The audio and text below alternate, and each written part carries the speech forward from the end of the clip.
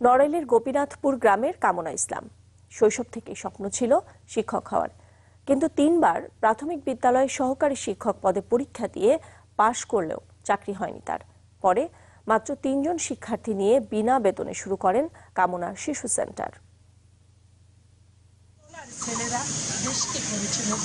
শৈশব থেকেই শিক্ষক হওয়ার স্বপ্ন ছিল নড়াইলের লোহাগড়ার গোপীনাথপুর গ্রামের কামনা ইসলামের।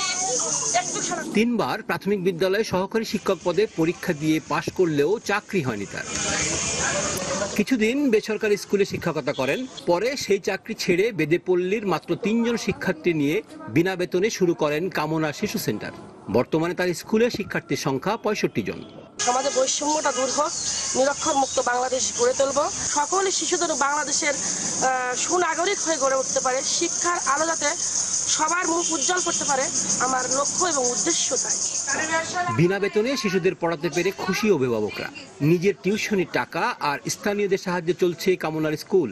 5 জন শিক্ষকও বিনা বেতনে তার স্কুলে পড়াচ্ছেন। বাচ্চাদের সাথে থাকতে ভালো লাগে তাই আমরা থাকি এবং বিনা বেতনেই আমরা এখানে সবাই শিক্ষকতা করি। স্কুলের ড্রেস দিছে, খাতা পেন্সিল দিছে, আর 2 বেলায় আসেনি পড়াই কামনা সেন্টারে। উন্ডাই যদি না করতো আমরা পড়াইতে পারতাম না। এই আপা স্কুলটা যদি না যেত আমাদের বাচ্চা কাচ্চার লেখাপড়া হতো না।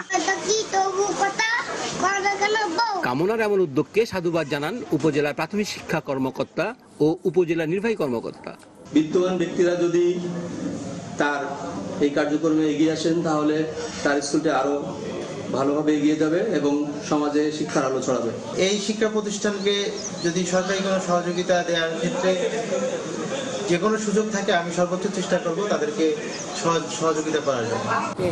দরিদ্র বেদেপল্লীর শিশুরাও একদিন নিজের পায়ে দাঁড়াবে, এমন আশা কামনা ইসলামের। সাইফুল ইসলাম তুহিন, চ্যানেল 24, নড়াইল।